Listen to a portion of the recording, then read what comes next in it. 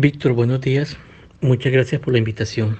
Bueno, Víctor, la captura de Edgar Córdoba Trujillo, alias 57, es la captura más importante que ha hecho la DIGI en Colombia de una persona paramilitar. Y voy a explicarlo muy brevemente. Alias 57 es, digamos, como el representante militar más importante que tenía el Clan del Golfo. Era su referente. Pero era su referente básicamente porque es un tipo que estaba diseñado para la guerra. 57 hizo parte del EPL y se movía justamente en esta zona como Entre Ríos, entre Ariguaní y Fundación, es decir, Aracataca, Zona Bananera, El Copey, Bosconia, Algarrobo, Sabanas de San Ángel. Era su zona de operación cuando fue EPL. Luego de la desmovilización en el 91, en 1991, del EPL, el tipo no migra hacia el partido político que se llamó Esperanza, Paz y Libertad en ese momento, sino que lo que hace es que se devuelve para el proyecto paramilitar AUC, es decir, pasa de la extrema izquierda a la extrema derecha. Y allí, digamos que se une a la familia Castaño y desde ese momento, junto a otros comandantes como los Úsuga, empiezan a fortalecer los grupos paramilitares.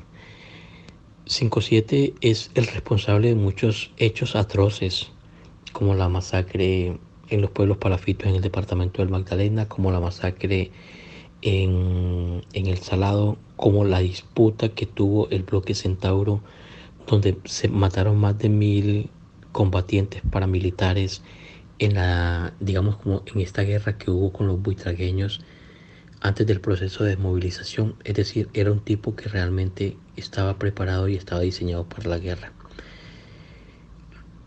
Luego el tipo llega y es llamado nuevamente a ser parte del bloque norte por Jorge 40, y la primera tarea que le dan es básicamente tomar la Sierra Nevada de Santa Marta y quitársela a Hernán Giraldo, y el tipo arma una estrategia y en un momentico ya le había quitado el poder a Hernán Giraldo en la Sierra Nevada de Santa Marta y se erige como el comandante militar máximo de la Sierra Nevada de Santa Marta, incluso por encima de otros históricos como Tijeras, como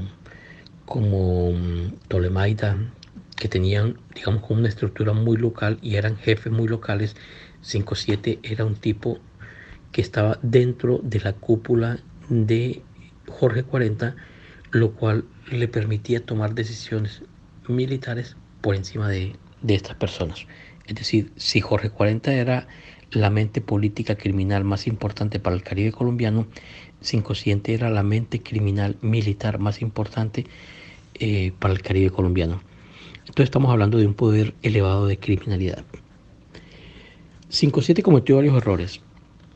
El primero de ellos es que cuando se desmoviliza como EPL, pues tiene una, digamos, como un tema jurídico básicamente de perdón, como una amnistía que le dio el gobierno, y cuando se desmoviliza como paramilitar entra a la Ley de Justicia y Paz, la 975, pero como había incurrido en una doble desmovilización, no podía recibir los dos beneficios jurídicos que le estaba dando el gobierno a los grupos paramilitares y a los grupos guerrilleros en su momento. Entonces 57 entra en un limbo jurídico básicamente y le toca irse por justicia ordinaria, y esto hace que los delitos por los cuales ya él había sido condenado como reo ausente y las investigaciones que tenía, que había hecho como paramilitar y también lo que había hecho como guerrillero, pues se cayera y le permitiera al tipo estar, digamos, como a la espera de una condena muy muy larga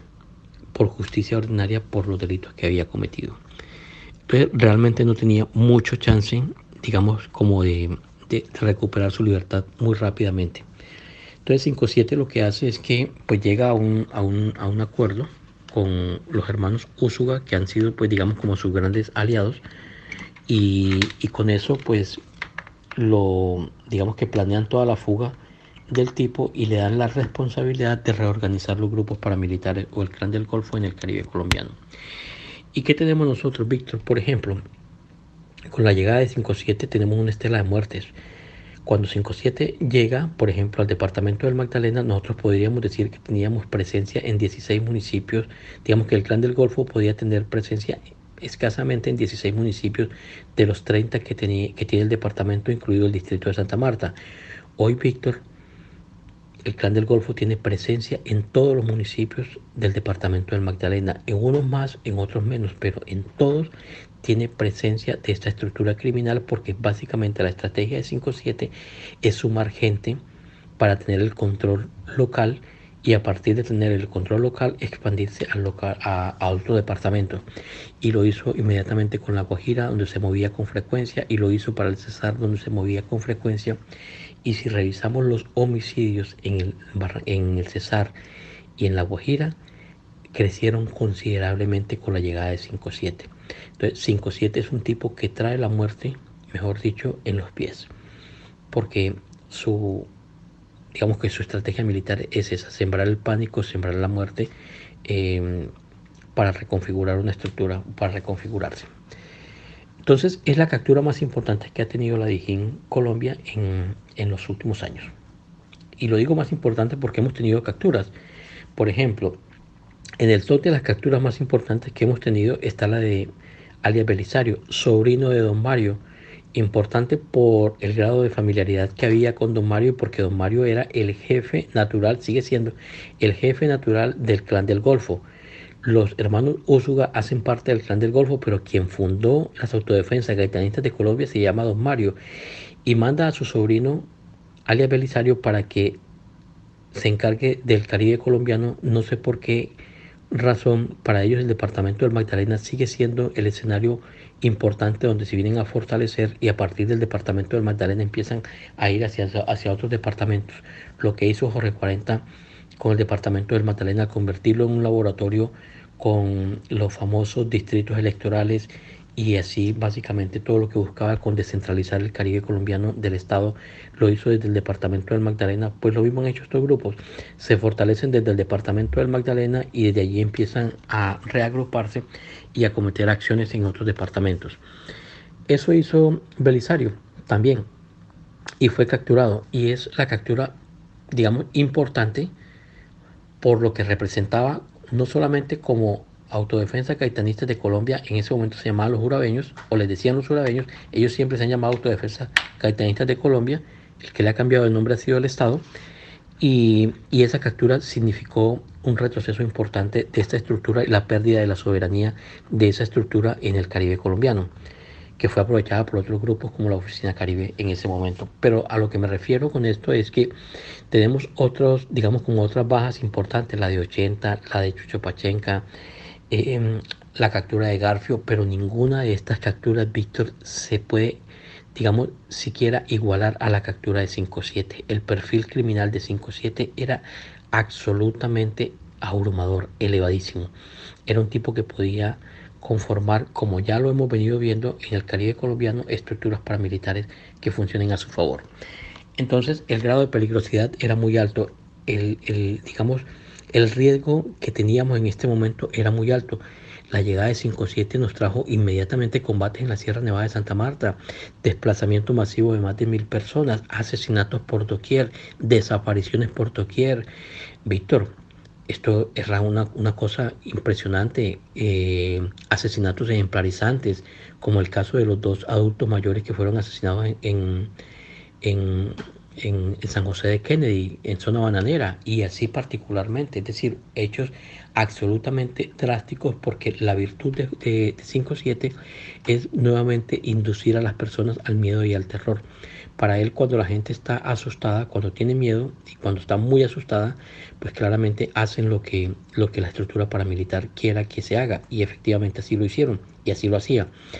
Entonces, esta captura es muy importante y por supuesto da un respiro a las comunidades, da un respiro a las personas, pero Víctor, no puede pensarse que con esto se acaba el Clan del Golfo o las autodefensas gaitanistas de Colombia, porque eso no va a pasar de esa manera. La captura de 5-7 es muy importante, y tal vez Chiquito Malo tendrá que diseñar alguna otra estrategia, pero aquí van a ocurrir 2 cosas que las voy a mencionar un poquito más adelante. pero básicamente no va a tener una persona del nivel de 5-7 ni de la capacidad de 5-7 para el propósito que tenían para el Caribe colombiano. ¿Esto qué quiere decir? Que ahora vamos a tener unas autodefensas gaitanistas de Colombia, muchos más locales, digamos como disputándose territorios, pero no un proceso expansionista a gran escala como se había planteado o como lo había planteado las autodefensas gaitanistas de Colombia para tomarse el Caribe colombiano. Ya les es más difícil porque no van a tener en 5-7 la persona que podía hacer ese tipo de cosas, que evidentemente ya lo venía haciendo. Es decir, el Magdalena, el Cesar y la Guajira era una cosa que ya estaban prácticamente o que ya están prácticamente a disposición del Clan del Golfo. Perdón, bueno, es que cuando hablo de Clan del Golfo, de las autodefensas gaitanistas de Colombia, de los jurabeños, básicamente estoy hablando de la misma estructura.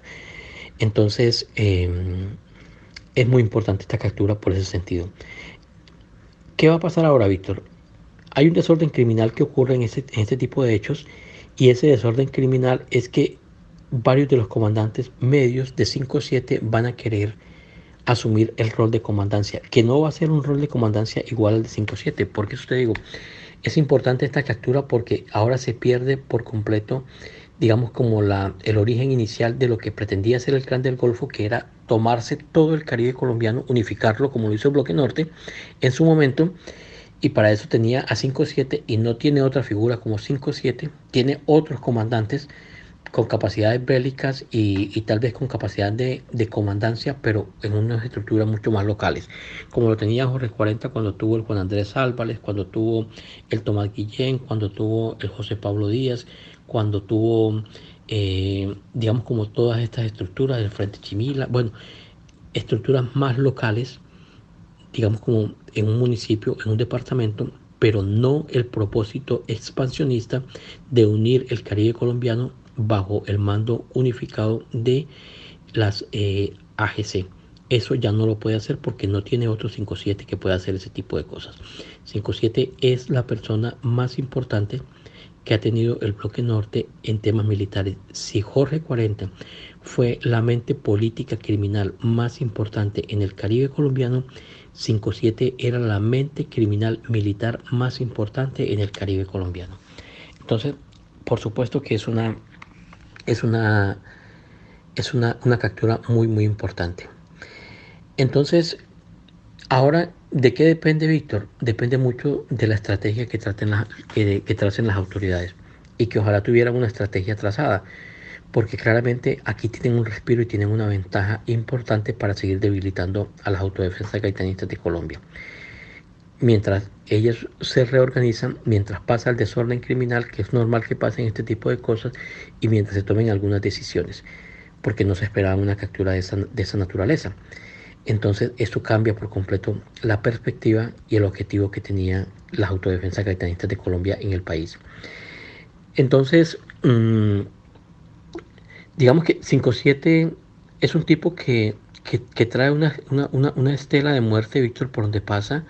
Si revisas, por ejemplo, los homicidios en el Cesar, los homicidios en la Guajira y los homicidios en el Magdalena, en las zonas de influencia de 5-7, Víctor, desbordamos. O sea, el tipo llegó aquí a matar gente. Y eso era una preocupación enorme, lo habíamos conversado muchísimos tiempos, el tema extorsivo, cómo venía creciendo, las amenazas, las desapariciones, los desplazamientos, los homicidios. Víctor, era una cosa agobiante. Realmente este tipo tenía al departamento del Magdalena, del Cesar y de la Guajira en una constante, digamos, como un constante zozobra, miedo de saber qué iba a pasar, empresarios, líderes. No, era una cosa abrumadora. La forma como esta persona estaba influenciando las comunidades era grave, grave, grave. O sea, no estamos hablando de cualquier tipo. Víctor, 5-7 fue la persona que creó básicamente el Frente contra Insurgencia Guayú.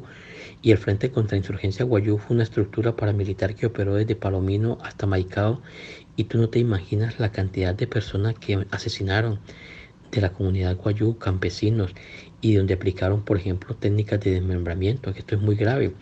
Nosotros en la Sierra Nevada de Santa Marta empezamos a tener actos de tortura, porque Hernán Giraldo no era un santo, pero nunca se había escuchado de actos de tortura como desmembramientos.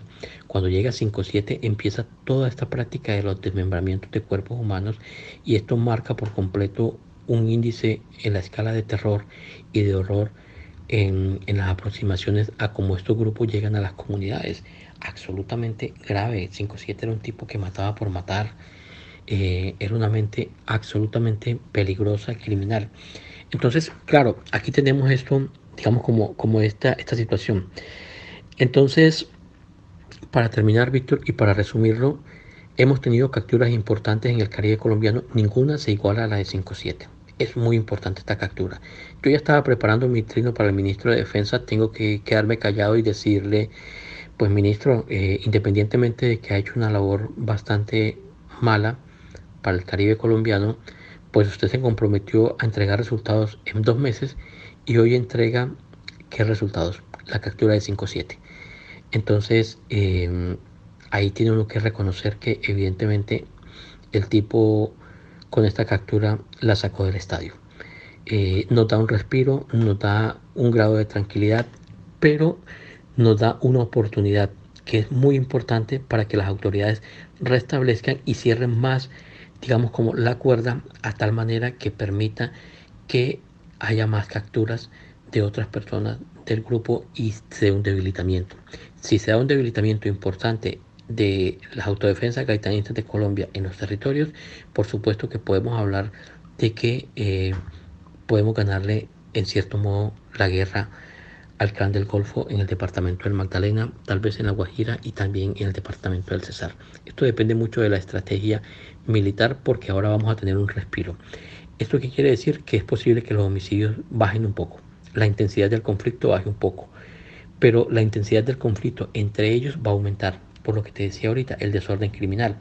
Y mientras esto pasa y mientras hay desorden, pues ahí lo que tienen que hacer las autoridades es pescar en ese río revuelto y empezar a capturar el número de personas eh, que más puedan, sobre todo de personas importantes que tengan capacidad para, para reorganizarse. Porque básicamente lo que hemos visto del Clan del Golfo es que ha tenido que traer gente, sobre todo de Urabá y sobre todo de Córdoba. Entonces hay que empezar a capturar a esas personas para evitar, por ejemplo, que se fortalezcan y por supuesto ya también eh, digamos que el Clan del Golfo, las autodefensas gaitanistas pues tendrán que decidir qué van a hacer porque claramente es un golpe muy duro el que les han dado.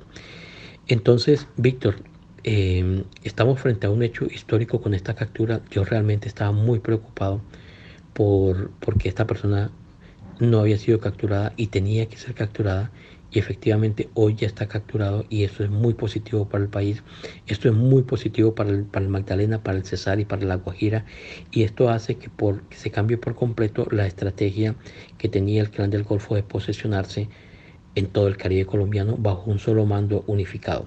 Ahora vamos a tener mandos más locales y depende de las autoridades y de la estrategia, digamos, por primera vez en mucho tiempo están por encima de los criminales. Digamos que tienen una ventaja importante sobre los criminales. ¿Cómo lo van a aprovechar? Es ahí la pregunta. ¿Cómo van a intensificar las acciones? Es ahí la pregunta. ¿Cuál va a ser el diseño de la estrategia para fortalecerse digamos, como Estado? Es ahí la pregunta.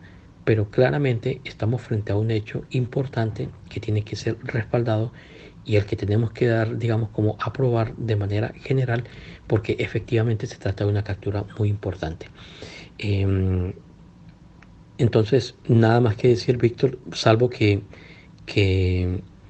hoy tenemos un respiro en el departamento del Magdalena, en el departamento del Cesar y en el departamento de La Guajira con la captura de 5-7.